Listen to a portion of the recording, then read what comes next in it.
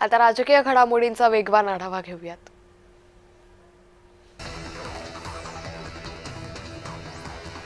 बिहारच्या जनतेने विकासाला मतदान केले। बिहारच्या जनतेने जंगलराजला नाकारलं। पंतप्रधान मोदींच्या नेतृत्वात बिहारचा विकास वेगाने होईल असं वक्तव्य नड्डा यांनी केलं।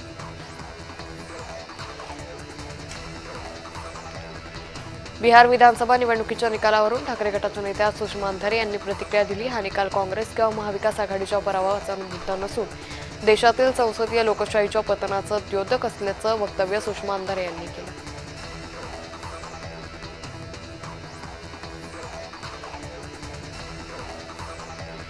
बिहारचे निकाल पाहता मुंबईत काय होणार हे दिसतंय अशी प्रतिक्रिया भाजप प्रदेशाध्यक्ष रवींद्र चव्हाणांनी दिली। बिहार निवडणुकीत काँग्रेसला लोकांनी नाकारलंय। जंगल राज्य विरोधातील ही लढाई होती अशी टीकाही केली।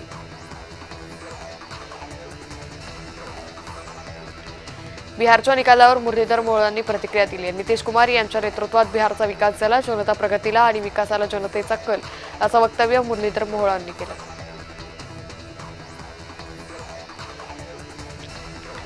बिहारमधील विजय हा ऐतिहासिक आहे। 2010 मधील सर्व रेकॉर्ड तुटले। मुख्यमंत्री फडणवीसांनी बिहारमधील बंपर विजयानंतर प्रतिक्रिया दिली।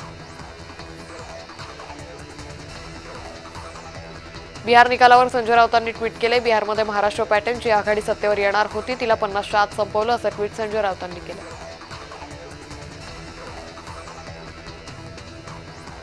बिहार निकालावरून अंबादास दानवेंनी काँग्रेसवर निशाणा साधला। काँग्रेसला जागा वाटपात मोठा वाटा पण निकालात पराभव। महाराष्ट्रात झालेल्या चुकांची पुनरावृत्ती बिहारमध्ये होते असं वक्तव्य दानवेंनी केलं।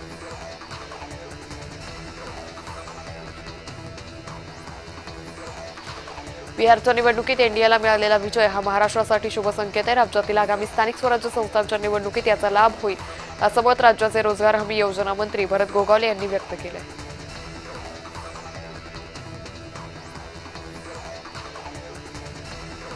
महाराष्ट्रात जे झालं ते बिहारमध्ये सुद्धा झालंय। निवडणूक आयोगाच्या आशीर्वादानं बिहारमध्ये भाजपची सरकार आली। निवडणूक आयोगाला लोकशाही संपवायची आहे का असा प्रश्नही नाना पटोले यांनी उपस्थित केला।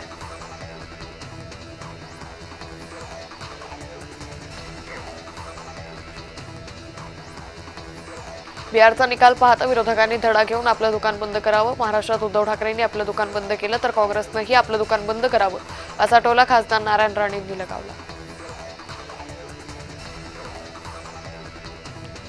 हिंगोलीत नगराध्यक्ष पदासाठी संतोष बांगर यांच्या वहिनी रेखा बांगर यांनी अर्ज दाखल केला। आमदार संतोष बांगर आणि माजी आमदार भाऊराव पाटील गोरेगावकर यांच्या उपस्थितीत भव्य शक्ती प्रदर्शन करण्यात आलं। बदलापूरमधील राष्ट्रवादीचे अभिजित सकट, काँग्रेसचे वैभव सदाफुले, आपचे मारूफ सय्यद, शिवसेनेच्या मोनिका वाघेरे यांनी सहकाऱ्यांसह ठाकरे गटात प्रवेश केला। यावेळी विनायक राऊत नार्वेकर, जिल्हाप्रमुख अल्पेश भोये, शहप्रमुख किशोर पाटील तसंच इतर पदाधिकारी उपस्थित होते। संभाजीनगर जिल्ह्यातील 6 नगर परिषद 1 नगरपंचायतीच्या निवडणुकांची रणधुमाळी सुरू आहे। यातच महायुतीच्यामुळे काही जमत नाहीये। सगळ्यांनी आपापल्या ताकदीनं उमेदवारांची यादी तयार केली आहे।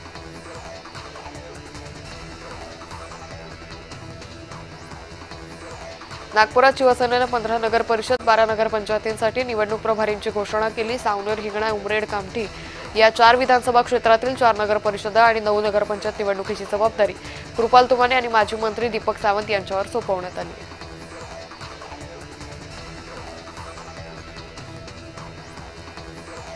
पुण्याच्या नवले ब्रिजवरील अपघात प्रकरणी केंद्रीय राज्यमंत्री मुरलीधर मोहोळ यांनी ब्रिजची पाहणी केली। अपघातात 3 जणांचा मृत्यू झाला होता।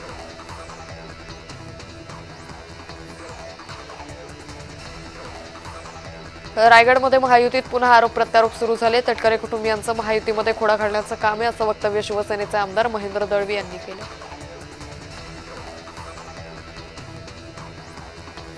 बिहारच्या निकालावर बावनकुळेंनी प्रतिक्रिया दिली आहे। बिहारमध्ये एनडीएला ऐतिहासिक बहुमत मिळालं असून भारताच्या प्रत्येक जनतेनं मोदींना स्वीकारलंय।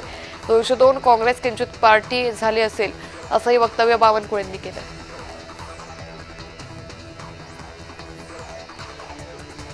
चिपळूणच्या राजकारणात नवा ट्विस्ट आलाय। राष्ट्रवादी काँग्रेस महायुतीतून बाहेर पडण्याचे संकेत आहे अशी माहिती ज्येष्ठ पत्रकार सामाजिक कार्यकर्ते सतीश कदम यांनी दिली।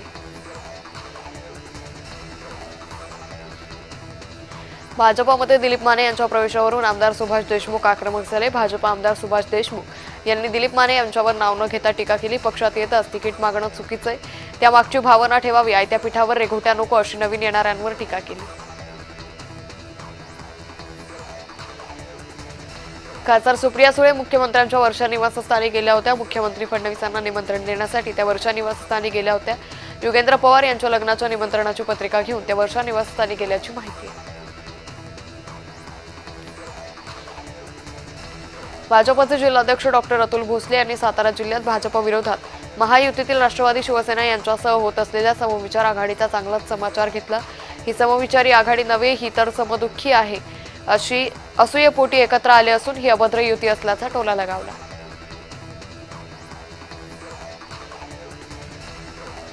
मुंबई क्रिकेट असोसिएशनचे नवनिर्वाचित अध्यक्ष अजिंक्य नाईक, उपाध्यक्ष जितेंद्र आव्हाड, सचिव उमेश खानविलकर, सहसचिव निलेश भोसले, सदस्य आमदार मिलिंद नार्वेकर यांच्यासह इतर विजयी सदस्यांनी मातोश्रीवर उद्धव ठाकरे यांची शुभेच्छापर भेट घेतली।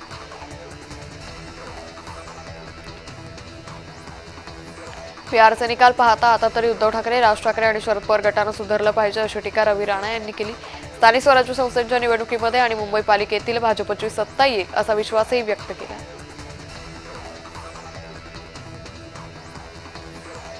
आनंदराज आंबेडकर आणि उपमुख्यमंत्री एकनाथ शिंदे यांच्यात अर्धा तास चर्चा झाली। आगामी स्थानिक स्वराज्य संस्थेच्या निवडणुकीसंदर्भात एकनाथ शिंदे यांच्यासोबत चर्चा केली।